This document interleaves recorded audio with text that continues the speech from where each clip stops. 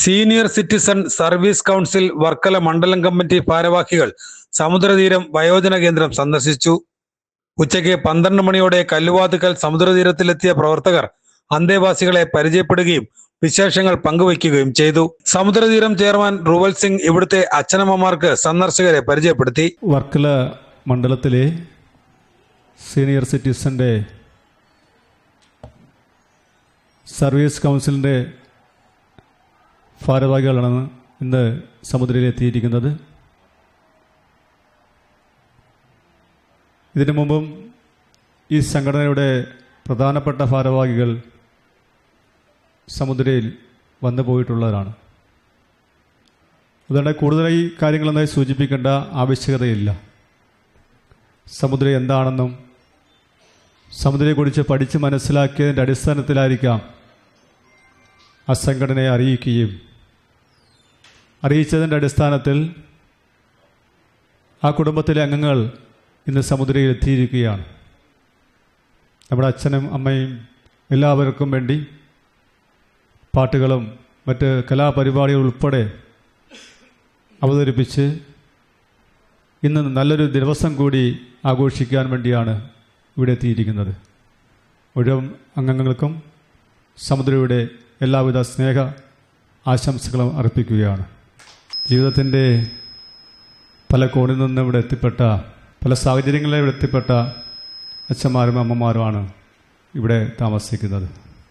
അതുകൊണ്ടാവാം ആ കണ്ണുകൾ നിറഞ്ഞതും വാക്കുകൾ ഇടറിയതും. ഇനിയും വരാമെന്നുള്ള വാക്കുകൾ ഞങ്ങൾ സ്വാഗതം ചെയ്യുകയാണ്. ഇനിയും വരാൻ പറ്റുന്ന സുഹൃത്തുക്കളുമായി ഇവിടെ വീണ്ടും വീണ്ടും എത്തണം.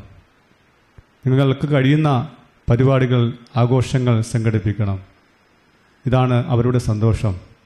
അത്തരം ദിനങ്ങളിൽ നിങ്ങളോടൊപ്പം ഞങ്ങളും ചേരുമെന്ന ഉറച്ച വാക്കോടെ ഞാൻ വാക്കുകൾ നിർത്തുന്നു. മുൻകാലങ്ങളിൽ നിന്നും വ്യത്യസ്തമായി 60 വയസ്സ് കഴിഞ്ഞ മാതാപിതാക്കൾ മാത്രം വീട്ടിലെ ഒരു മുറിയിൽ കഴിഞ്ഞുകൂടുന്ന കാലഘട്ടം കേരളത്തെ ബാധിച്ചിരിക്കുകയാണെന്നും ഈ സാഹചര്യത്തിൽ സമുദ്രതീരം പോലുള്ള സ്ഥാപനങ്ങളാണ് സന്തോഷം പകരുന്നതെന്നും കൗൺസിൽ ഭാരവാഹികൾ പറഞ്ഞു. നമ്മളെല്ലാം തന്നെ ഈ സീനിയർ സിറ്റിസൺസ് എന്ന് പറയുന്നത് എല്ലാവരും തന്നെ 60 വയസ്സിന് മേൽ ഉള്ളവരാണ്. നമ്മളെല്ലാം നാളെ ഒരു ദിവസം ഇങ്ങനെയുള്ള ഒരു അഭയകേന്ദ്രത്തിലെത്തേണ്ട ഒരു സാഹചര്യമാണ് ഇന്നത്തെ സാഹചര്യം. പണ്ടെല്ലാം നമ്മളെന്താ ചെയ്യാന്ന് വെച്ചാൽ നമ്മുടെ വീട്ടിൽ അപ്പൂപ്പനും അമ്മൂമ്മയുമായിട്ട് കൊച്ചു മക്കളെയൊക്കെ നോക്കി സന്തോഷമായി അവരെ ഒരു പക്ഷേ അക്ഷരം പഠിപ്പിക്കുക, കഥ പറഞ്ഞു കൊടുക്കുക, രാമായണം മഹാഭാരതം ഇങ്ങനെയുള്ള കഥകളെല്ലാം പറഞ്ഞു കൊടുക്കുന്ന ഒരു കാലം ഉണ്ടായിരുന്നു. ഇപ്പോൾ എന്താണെന്ന് വെച്ചാൽ ഈ ചെറുപ്പക്കാരെല്ലാം തന്നെ വിദേശ രാജ്യങ്ങളിലേക്ക് പോവുകയാണ്. ഇതൊരു വലിയ കുഴപ്പമാണ് എന്നാണ് എനിക്ക് തോന്നുന്നത്. അച്ഛനും അമ്മയും നമ്മുടെ വീടൊക്കെ ചിലപ്പോൾ വലിയ വീടായിരിക്കും, പക്ഷെ അതിനകത്ത് ഈ 2 പേര് മാത്രമായിട്ട് കഴിഞ്ഞുകൂടുന്ന ഒരു കാലഘട്ടം നമ്മുടെ കേരളത്തിനെ ബാധിച്ചിരിക്കുകയാണ്. ഇന്ന് തന്നെ രാവിലെ നമ്മുടെ ആകാശവാണിയിൽ തിരുവനന്തപുരം നിലയത്തിൻ്റെ കൂടെ ഞാൻ ഇതേ കാര്യം ഞാൻ ആകാശവാണിയിൽ കൂടെ സംസാരിച്ചതാണ്. ഇതാണ് പ്രശ്നം. അപ്പോൾ അവർ ചോദിച്ച ചോദ്യം ഇത് തന്നെയാണ്. പ്രായമുള്ളവരുടെ അവശതകൾ എങ്ങനെ മാറ്റും? ഒരുപക്ഷെ 2 പേരുമായിട്ടൊരു മുറിയിലിരുന്ന് ഇങ്ങനെ ദിവസങ്ങൾ കഴിച്ചു കൂട്ടുമ്പോൾ ഒരുപക്ഷെ മാനസികമായി തന്നെ തകർന്നു പോകാനുള്ള ഒരു സ്ഥിതിയാണ് നമ്മളിപ്പോൾ കണ്ടുവരുന്നത്. അത് ഒഴിവാക്കാൻ വേണ്ടി ഞങ്ങൾ ആലോചിച്ചത് സമുദ്രതീരത്തിൽ വരികയും നിങ്ങളെപ്പോലെയുള്ളവരെ നേരിട്ട് കണ്ട് സംവദിക്കാനും വേണ്ടിയിട്ടാണ്. ഇവിടെ നിങ്ങൾ എല്ലാവരും വളരെ സൗഹാർദ്ദപരമായി ഒരുപക്ഷെ ഇതുപോലെ തന്നെ മിക്കവാറും ദിവസങ്ങളിൽ ഏതെങ്കിലും യോഗങ്ങളുണ്ടാവും. അതുപോലെ തന്നെ സംസാരിക്കാൻ ആളുണ്ടാവും. ഏറ്റവും പ്രധാനപ്പെട്ട കാര്യം, നമുക്ക് അരി കടയിൽ പോയി വാങ്ങിക്കാം, ഇത്ര രൂപ കൊടുത്ത് നമ്മൾ വാങ്ങിക്കാം. പക്ഷേ നമുക്ക് ഈ സന്തോഷം എന്ന് പറയുന്നൊരു സാധനം അങ്ങനെ വാങ്ങിക്കാൻ കിട്ടില്ല. എങ്ങനെ കിട്ടുക? നമ്മൾക്കിഷ്ടപ്പെട്ട കാര്യങ്ങൾ ചെയ്താൽ അത് കിട്ടുന്ന സന്തോഷം 10,000-കണക്കിന് രൂപ കിട്ടിയതിൻ്റെ സന്തോഷമാണ്. ഞാനിപ്പോൾ ഒരാൾക്ക് 100 രൂപ കൊടുത്താൽ അദ്ദേഹം വിചാരിക്കും, ഓ ഇയാൾക്കൊരു 100 രൂപയെ തരാൻ പറ്റുള്ളൂ, 200 ആയാൽ എന്താ? അപ്പോഴും അതിനകത്തൊരു സന്തോഷമില്ല. പക്ഷേ ബാക്കിയുള്ള കാര്യം, നമുക്ക് ചെയ്യാൻ പറ്റുന്ന കാര്യങ്ങൾ നമ്മുടെ കൂടെ ഇന്ന് ജീവിക്കുന്ന ആൾക്കാർക്ക് ഒരു സന്തോഷം കൊടുക്കുമ്പോൾ നമുക്ക് കിട്ടുന്നത് ലക്ഷക്കണക്കിന് രൂപ കൊടുത്താൽ കിട്ടുന്ന സന്തോഷമാണ്. ലോകാരോഗ്യ സംഘടനയുടെ കണക്കനുസരിച്ച് ഓരോ 20 മിനിറ്റിലും ഓരോ വയോജനങ്ങളുണ്ടായിക്കൊണ്ടിരിക്കുകയാണ്. ഇങ്ങനെ വയോജനങ്ങളുണ്ടായി ഏകദേശം അങ്ങോട്ട് പോയൊരു 10 കൊല്ലത്തിനകത്ത് തന്നെ നമ്മുടെ ലോകമൊട്ടാകെയും ഒപ്പം തന്നെ ഇന്ത്യയും കേരളവും ഒക്കെ വയോജനങ്ങളുടെ ഒരു വർധനവുണ്ടായി. അവരുടെ തന്നെ ഒരു സാമ്രാജ്യമായി ഇത് മാറും. അപ്പോൾ ഇങ്ങനെയുള്ള ഈ വയോജനങ്ങളുടെ ഈ അവസ്ഥയ്ക്ക് പരിഹാരം കാണുന്നതിന് വേണ്ടി, അല്ലെങ്കിൽ നമ്മുടെ അവകാശങ്ങൾ സംരക്ഷിക്കുന്നതിന് വേണ്ടി ഈ നമ്മുടെ കേന്ദ്ര സർക്കാരോ കേരള സർക്കാരോ ഒരു കാര്യവും ചെയ്യുന്നില്ല എന്നുള്ളതാണ് ഒരു സത്യാവസ്ഥ. ആ സത്യാവസ്ഥയിൽ നിന്നുകൊണ്ട് തന്നെ ഈ വയോജനങ്ങളെ ഇലക്ഷൻ സമയമാകുമ്പോൾ ഇവർക്ക് രണ്ടുപേർക്കും വേണം. അപ്പോൾ നമ്മളെയൊക്കെ അവഗണിക്കപ്പെട്ട ഒരു സമൂഹമായി ഈ വയോജനങ്ങളെ കാണുകയാണ് ഇവിടുത്തെ ഭരണകൂടങ്ങൾ. അപ്പോൾ അതിനൊക്കെ ഒരു അറുതി വരുത്തുന്നതിന് വേണ്ടിയും വയോജനങ്ങളുടെ കാര്യങ്ങൾ സംരക്ഷിക്കുന്നതിന് വേണ്ടിയും കേരള അടിസ്ഥാനത്തിൽ പ്രവർത്തിക്കുന്ന ഒരു സംഘടനയാണ് senior citizen service council Kerala. അതിന് നമുക്കൊരു അഖിലേന്ത്യാ സംഘടനയുണ്ട്, ആൾ ഇന്ത്യ സീനിയർ സിറ്റിസൺസ് കോൺഫെഡറേഷൻ. ഈ ഐസ്കോണിൻ്റെ കീഴിൽ കേരളത്തിൽ പ്രവർത്തിക്കുന്ന ഈ സംഘടന നമ്മുടെ 14 ജില്ലകളിലും ഇതുപോലെ പ്രവർത്തനങ്ങളുണ്ട്, മണ്ഡലം കമ്മിറ്റികളുണ്ട്, എല്ലായിടത്തും മണ്ഡലം കമ്മിറ്റികൾ പ്രവർത്തിച്ചു വരികയാണ്. അങ്ങനെയുള്ള ഈ സംഘടനയുടെ പ്രവർത്തന ലക്ഷ്യങ്ങൾ അല്ലെങ്കിൽ പ്രവർത്തന ഉദ്ദേശങ്ങൾ എന്ന് പറഞ്ഞാൽ 60 വയസ്സിന് മുകളിൽ പ്രായമുള്ള വയോജനങ്ങളെ കണ്ടെത്തി, അവരിൽ അവശത അനുഭവിക്കുന്നവരെ കണ്ടെത്തി, ഇതുപോലെയുള്ള സ്ഥാപനങ്ങളിലുള്ള അവശത അനുഭവിക്കുന്നവരെയും മറ്റ് ബുദ്ധിമുട്ട് അനുഭവിക്കുന്നവരെയും ഉള്ള ആൾക്കാരെ കണ്ടെത്തി അവരിൽ നമ്മുടെ കാര്യങ്ങൾ പറഞ്ഞ് മനസ്സിലാക്കുകയും അവരെ സഹായിക്കുകയും എന്നുള്ളതാണ് ഉദ്ദേശം. അപ്പോൾ അതിൻ്റെയൊക്കെ ഒരു ഭാഗമായിട്ടാണ് വർക്കല മണ്ഡലം കമ്മിറ്റി വർക്കലയോട് അടുത്ത് കിടക്കുന്ന ഈ പ്രദേശത്ത് നമ്മുടെ കല്ലുവാതുക്കൽ ഈ സ്ഥാപനം തിരഞ്ഞെടുക്കുകയും ഞങ്ങൾ ഒരു ദിവസത്തെ ഒരു സന്ദർശന പരിപാടി ഇവിടെ വയ്ക്കുകയും ചെയ്ത്. ഇത് സാധാരണ നാടൻ ഭാഷയിൽ പറഞ്ഞാൽ ഒരു സാമ്പിൾ വെടിക്കെട്ടാണ്. ഇതിന് ഇനിയും ഞങ്ങളിവിടെ വരും, നിങ്ങളോടൊത്തൊരുമിച്ചിരിക്കേണ്ടി ഇരിക്കും എന്നുള്ളൊരു ദൃഢപ്രതിജ്ഞ ചെയ്യുകയാണ്. ഇപ്പോൾ നമ്മളിതൊരു തുടക്കം മാത്രം ആണ്. അപ്പോൾ ഇവിടെ ഈ എല്ലാവർക്കും senior citizens service council Varkala മണ്ഡലം കമ്മിറ്റിയുടെ പേരിൽ അഭിവാദ്യം അർപ്പിക്കുകയാണ്. അതിനോടൊപ്പം തന്നെ നമുക്ക് ഒട്ടേറെ പ്രശ്നങ്ങളുണ്ട്. ആ പ്രശ്നങ്ങളെക്കുറിച്ച് നിയമപരമായാലും ശരി മറ്റു രീതിയിലായാലും ശരി ആ കാര്യങ്ങളെക്കുറിച്ച് ഒരു വിശാലമായ ഒരു സമ്മേളനം നാം ഇവിടെ നമ്മുടെ മറ്റുള്ള വിദഗ്ധരെയും മറ്റുള്ളവരെയൊക്കെ പങ്കെടുപ്പിച്ചുകൊണ്ട് ഇവിടെ നടത്തപ്പെടും. അതിനും നിങ്ങളുടെയൊക്കെ സഹകരണം ഉണ്ടാകണം. നിങ്ങളെല്ലാം ബോധവാന്മാരാക്കണം. അതിനുള്ള നടപടികളുമായി നാം മുന്നോട്ട് പോവുകയാണ്.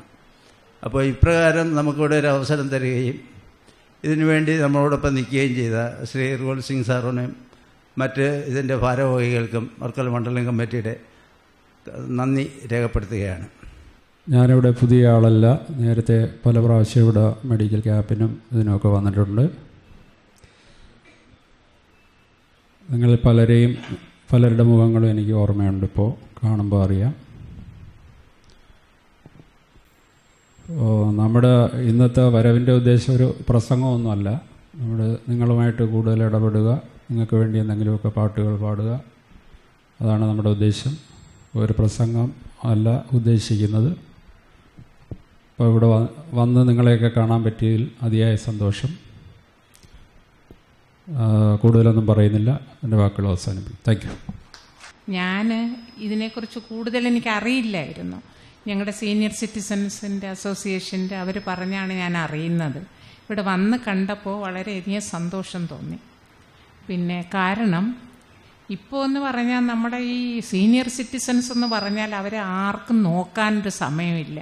ജീവിതത്തിൻ്റെ 3/4 ഭാഗവും കുഞ്ഞുങ്ങൾക്ക് വേണ്ടി കഷ്ടപ്പെട്ട് അവരെ നല്ല നിലയിലാക്കി അവരവരുടെ ജീവിതമാണ് നമ്മുടെ ജീവിതം എന്ന് പറഞ്ഞിട്ട് അവരെല്ലാം ഏറ്റവും നല്ല നിലയിലെത്തും. പക്ഷേ അവസാന കാലത്ത് നമുക്കൊരു നേരം വെള്ളം തരാനുള്ള ആൾ പോലും ഇല്ല. നമ്മൾ തന്നെ ഈ മാതാപിതാക്കൾ അവർക്കൊരു ബേർഡനായി, ഒരു ഭാരമായി തീരുകയാണ്. ആ ഒരു കാലഘട്ടത്തിലാണ് നമ്മൾ ജീവിക്കുന്നത്.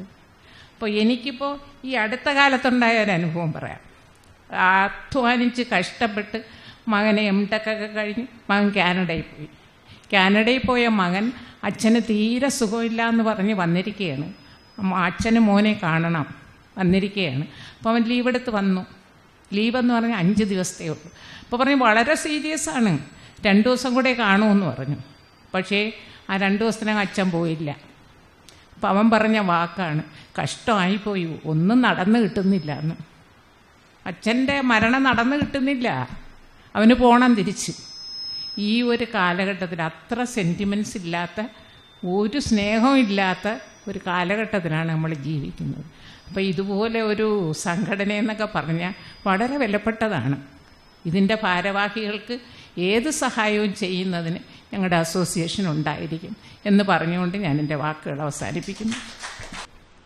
എനിക്കിത് കണ്ടപ്പോൾ വളരെ വിഷമമാണ് തോന്നുന്നത്.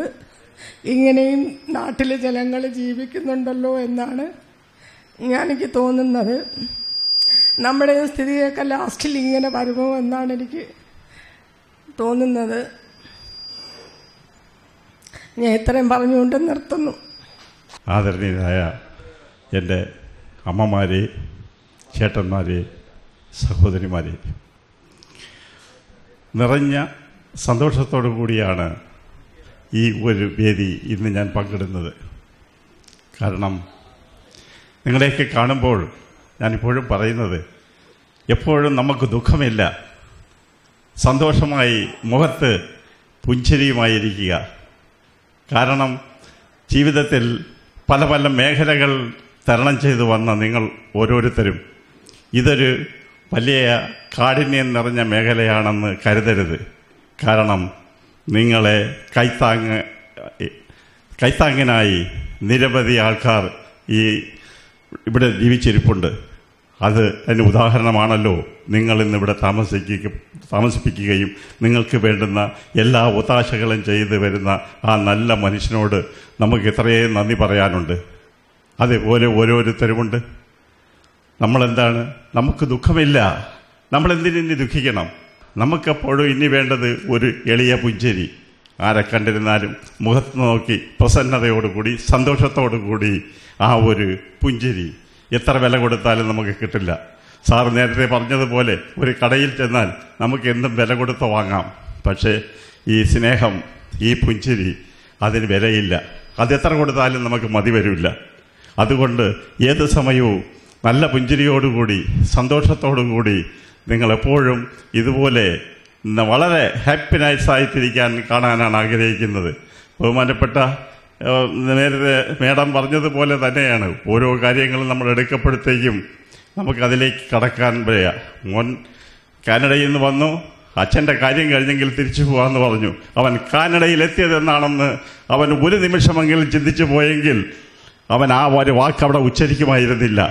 കാരണം അവനെ നൊന്ത് പ്രസവിച്ച 9 മാസവും 12 ദിവസവും സ്വന്തം വയറ്റിൽ വളർത്തിയ അച്ഛനമ്മമാരെ അവനാ ധിക്കരിച്ചു പോയി.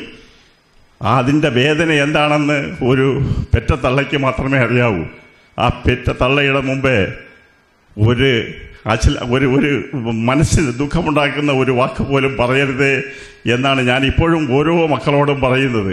ആരെ നിങ്ങൾ നോവിച്ചാലും ശരി, കാണപ്പെട്ട ദൈവമെന്ന് പറയുന്നത് ഒന്ന് മാത്രമേ ഉള്ളൂ, നമുക്ക് ജന്മം തന്ന അമ്മ കഴിഞ്ഞതിന് ശേഷം മാത്രമേ അച്ഛനുള്ളൂ. അതുകൊണ്ട് ഒരു കാലത്തും പെറ്റമ്മയെ നോവിക്കരുതേ എന്ന് മാത്രമാണ് ഞാൻ ഓരോ വീടുകളിൽ ചെന്നിരുന്നാലും എൻ്റെ മക്കളോടും ഞാൻ പറഞ്ഞ് മനസ്സിലാക്കുന്നത്. അത് നമ്മുടെ ഒരു ക്ഷേത്രത്തിലും പോകണ്ട, നമ്മുടെ കാണപ്പെട്ട ദൈവം എന്ന് പറയുന്നത് സ്വന്തം പെറ്റമ്മയാണ്. ആ അമ്മയെ രാവിലെ കാണുക, അമ്മയ്ക്ക് കൈകൂപ്പുക, അതാണ് വേണ്ടത്. അതുകൊണ്ട് നിങ്ങൾക്ക് ആർക്കും ഒന്നും നഷ്ടപ്പെട്ടിട്ടില്ല, ഇനിയും നേടി വരാനേ ഉള്ളൂ. നിങ്ങൾ എപ്പോഴും സന്തോഷത്തോടു കൂടി, ഉത്സാഹത്തോടു കൂടി, സ്നേഹത്തോടു കൂടി കഴിയുക. നന്ദി, നമസ്കാരം. എന്നെ പല കാര്യങ്ങൾക്കും നമ്മുടെ മുത്താന സുധാകരണം വിളിക്കാറുണ്ട്. പക്ഷേ പലരും ഞാൻ ചെല്ലാമെന്ന് പറഞ്ഞാലും ഞാൻ പോവാറില്ലായിരുന്നു. എന്തോ ഇന്നൊരു നിമിത്തം പോലെ എനിക്ക് ഇവിടെ പങ്കെടുക്കാൻ പറ്റി. അത് എൻ്റെ ജീവിതത്തിലെ എനിക്ക് മറക്കാനാവാത്ത ഒന്നാണ്. കാരണം ഇവിടെ വന്ന് നിങ്ങളെയൊക്കെ കണ്ട് നിങ്ങളുടെ അടുത്തൊക്കെ ഇരിക്കുവാനും നിങ്ങളെ മുന്നിൽ നിന്ന് ഇങ്ങനെ സംസാരിക്കാനൊക്കെ പറ്റിയതിൽ അതൊരു മഹാഭാഗ്യമായിട്ടാണ് ഞാൻ കരുതുന്നത്. കാരണം ഇന്ന് ഞാൻ വരാതിരുന്നെനിക്ക് എന്തോ വലിയ നഷ്ടം സംഭവിക്കുമായിരുന്നു. കാരണം ഞാൻ ഇത്രയും പ്രതീക്ഷിച്ചില്ല. ഞാനത് സുധാകരനോട് പറയുകയും ചെയ്തു. അപ്പം നമ്മളെല്ലാവരും ഇവിടെ വളരെ സന്തോഷപരമായിട്ടാണ് കഴിയുന്നത്. നമുക്കറിയാം, നമ്മളെ വീടുകളിൽ, വലിയ വലിയ വീടുകളിൽ, വലിയ സാമ്പത്തികമുള്ളവരുടെ വീട്ടിലൊക്കെ ചെന്ന് നോക്കിയാൽ അവിടെ കഴിയുന്ന അമ്മമാരെയും അച്ഛന്മാരെയൊക്കെ കഷ്ടപ്പാട്, അല്ലെങ്കിൽ മകളെ കൊണ്ടുണ്ടാവുന്ന ബുദ്ധിമുട്ട്, മക്കളെ കൊണ്ടുണ്ടാവുന്ന ബുദ്ധിമുട്ട്, ചെറുമക്കളെ കൊണ്ടുണ്ടാവുന്ന ബുദ്ധിമുട്ട്, പിന്നെ മരുമക്കളെ കൊണ്ടുണ്ടാവുന്ന ബുദ്ധിമുട്ട്, ഇതൊക്കെ പലയിടത്തും നമ്മൾ കണ്ടതാണ്. പക്ഷേ നിങ്ങളെ സംബന്ധിച്ച് നിങ്ങൾക്ക് അങ്ങനെ ഒരു ബുദ്ധിമുട്ടുമില്ല. ഒരു ബുദ്ധിമുട്ടുമില്ലാതെ വളരെ സന്തോഷകരമായി എല്ലാവർക്കും ആടിപ്പാടി ഒരുമിച്ച് ജീവിച്ച് പോവാനുള്ള ഒരു നല്ല അവസരമാണ് ഈ ട്രസ്റ്റ് എന്നാണ് ഞാൻ മനസ്സിലാക്കുന്നത്. കാരണം എനിക്ക് ദൈവമായിട്ടാണ് നിങ്ങളെ ഇവിടെ കൊണ്ട് എത്തിച്ചത്. കാരണം ഇന്നത്തെ നമ്മുടെ കാലഘട്ടത്തിൽ നേരത്തെ ഇവിടെ പറഞ്ഞതുപോലെ പല വീടുകളിലും നമ്മുടെ പ്രായമായ അച്ഛനമ്മമാർക്ക് ജീവിക്കാൻ പറ്റാത്ത സാഹചര്യങ്ങളിലൂടെയാണ് കടന്നു പോകുന്നത്. അപ്പോൾ അതൊക്കെ വെച്ച് നോക്കുമ്പോൾ വളരെ സന്തോഷകരമായാണ് നിങ്ങളുടെ ജീവിതം. കാരണം നിങ്ങൾക്കിവിടെ ഒന്നിനും ഒരു കുറവുണ്ടാവില്ല, വരില്ല എന്നാണ് ഞാൻ മനസ്സിലാക്കുന്നത്. അതുപോലെ നിങ്ങളെ സഹായിക്കുവാൻ സമൂഹത്തിൽ ഒരുപാട് പേരുണ്ട്. കാരണം ഇതൊക്കെ ഇങ്ങനെ കണ്ടും കേട്ടും മനസ്സിലാക്കി വരുമ്പോൾ അനേകം ഇപ്പോൾ സഹായിക്കുന്നവരുണ്ടാകാം, ഇനിയും പലരും സഹായത്തിന് വരും. അതുപോലെ നമ്മുടെ ഈ സർവീസ് സംഘടനയുടെ സഹായവും തുടർന്ന് നിങ്ങൾക്കുണ്ടാവും.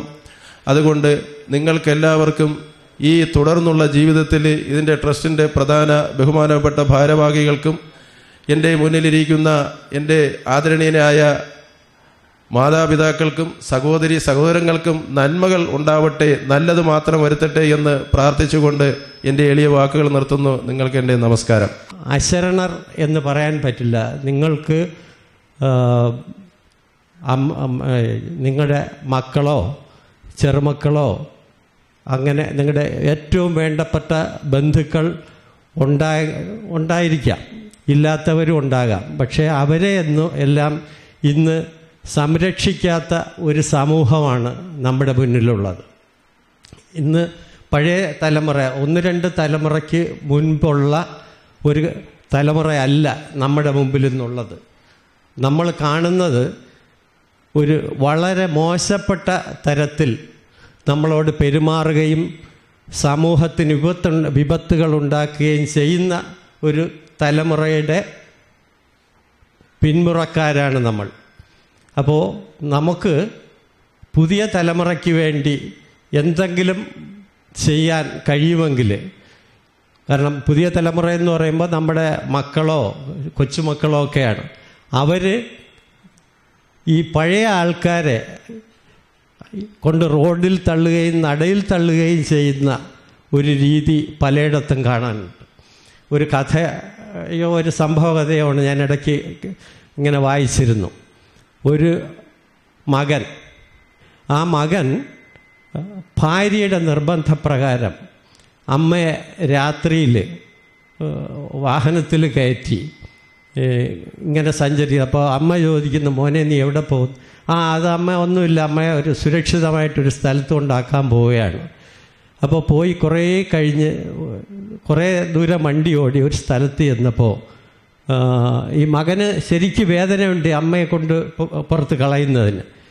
അപ്പോൾ അങ്ങനെ പോയി ഒരു സ്ഥലത്ത് ചെന്നപ്പോൾ അവിടെ അമ്മയെ ഇറക്കിയപ്പോൾ ഒരു പട്ടി പ്രസവിച്ച് കുറേ കുഞ്ഞുങ്ങളെ മുലയൂട്ടുന്ന രംഗമാണ് ആ മകൻ കാണുന്നത്.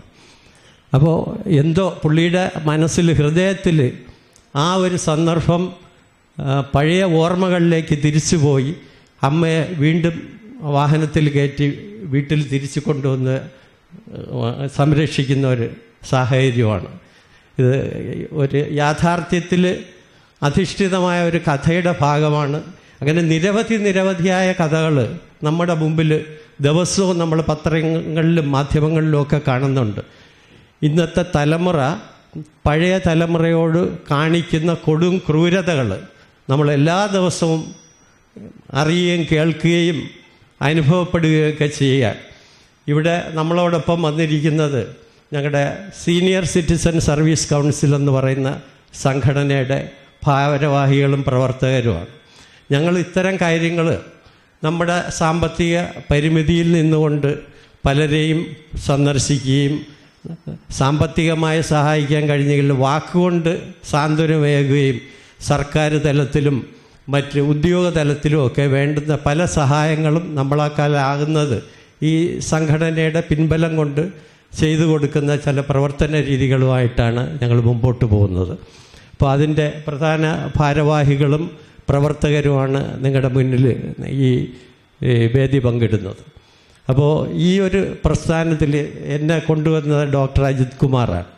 അപ്പോൾ അദ്ദേഹം 1-2 ദിവസം ഇവിടെ എന്നെ കൊണ്ടുവരികയും അദ്ദേഹം ഒരു ഡോക്ടറാണ്, റിട്ടയർഡാണ്. അപ്പോൾ അദ്ദേഹം കുറേ മരുന്നുകളൊക്കെ ശേഖരിച്ചുകൊണ്ട് ഇവിടെ വന്ന് ഇവിടെ അന്തേവാസികളുടെ കാര്യങ്ങളൊക്കെ അന്വേഷിച്ച് പുള്ളിയെക്കൊണ്ട് കഴിയുന്ന ചില ഔഷധങ്ങൾ അവർക്ക് കൊടുക്കുകയും വേണ്ടുന്ന ആരോഗ്യ സംരക്ഷണത്തിന് ഉതകുന്ന തരത്തിലുള്ള ചില ഉപദേശങ്ങൾ നൽകുകയൊക്കെ ചെയ്യുമായിരുന്നു.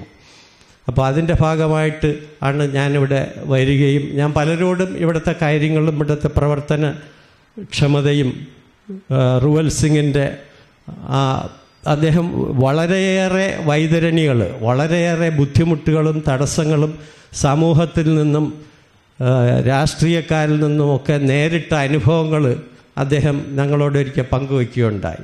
ഒരു നന്മയിലൂടെ സഞ്ചരിക്കുന്ന വ്യക്തിയെയോ പ്രസ്ഥാനത്തെയോ തളർത്തുവാൻ വേണ്ടി ഇവിടെ ഒരു വലിയ വിഭാഗം പ്രവർത്തിക്കുന്നുണ്ട്. കാരണം മനുഷ്യത്വം മരവിച്ച, നന്മ ഇല്ലാത്ത, തിന്മയെ കൂട്ടുപിടിച്ച് മുന്നോട്ട് സഞ്ചരിക്കുന്ന ഒരു വലിയ വിഭാഗത്തിൻ്റെ ലോകമാണിന്ന് എന്ന് പറയാതിരിക്കാൻ കഴിയുന്നില്ല. അപ്പോൾ നിങ്ങളെയൊക്കെ കാണാനും നിങ്ങളിൽ പല വിവിധമായ കലാപ്രതിഭകൾ, കാരണം ക്ലാസിക്കൽ സംഗീതം വരെ ഇവിടെ ആലപിക്കുന്നത് കേൾക്കാനിടയായി. അപ്പോൾ അതിനെയൊക്കെ പ്രോത്സാഹിപ്പിക്കാൻ കഴിയുന്ന തരത്തിലുള്ള ഒരു സാരഥി നിങ്ങൾക്കുണ്ടായത് നിങ്ങളുടെ മഹാഭാഗ്യമായി നിങ്ങൾ കരുതണം. അപ്പോൾ നിങ്ങളുടെ എല്ലാ കാര്യവും കേട്ടുകയും അറിയുകയും നമ്മളെക്കാൾ കഴിയുന്ന എല്ലാ സഹായങ്ങളും പിന്തുണയും എപ്പോഴും നിങ്ങൾക്ക് വാഗ്ദാനം ചെയ്തുകൊണ്ട് ഞാൻ വിരമിക്കുകയാണ്. എല്ലാവർക്കും ഒന്നുകൂടി എൻ്റെ സ്നേഹാദരങ്ങൾ പങ്കുവച്ചുകൊണ്ട് നിർത്തുന്നു. നന്ദി, നമസ്കാരം. പാട്ടുപാടിയും തമാശകൾ പറഞ്ഞുമൊക്കെ 2 മണിക്കൂറിലധികമാണ് സന്ദർശകർ സമുദ്രതീരത്തിൽ ചെലവഴിച്ചത്.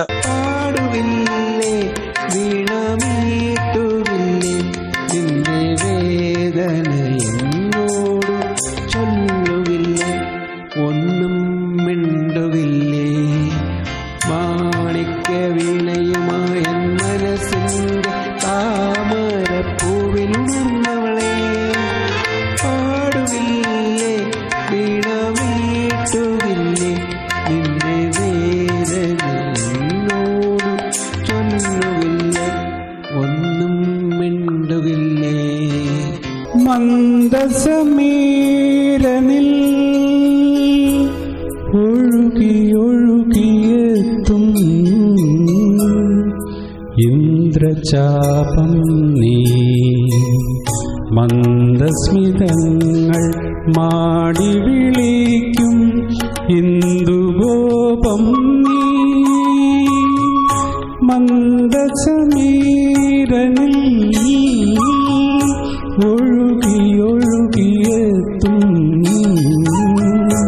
ഇന്ദ്രചാപം നീ, മന്ദസ്മിതങ്ങൾ മാടി വിളിക്കും ഇന്ദുഗോപം നീ.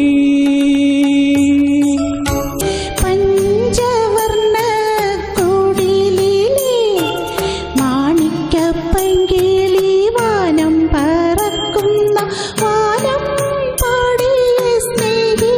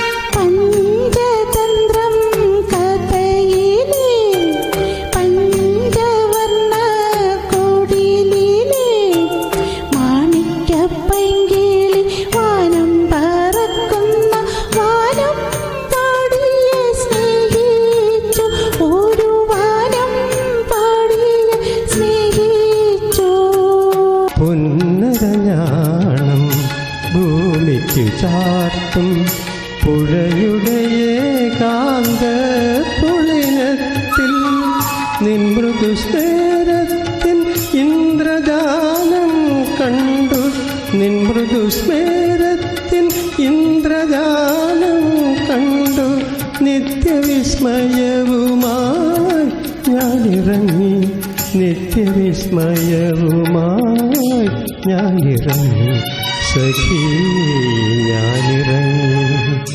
കായാമ്പൂ കണ്ണിൽ വിടരും കമലദളം കവിളിൽ വിടരും അനുരാഗവതി നിൻ ചൊടികളിൽ നിന്നാലിപ്പഴം പൊഴിയും. പിന്നീട് ഇവിടുത്തെ അച്ഛനമ്മമാർക്കൊപ്പം ഉച്ചഭക്ഷണവും കഴിച്ചാണ് അവർ മടങ്ങിയത്.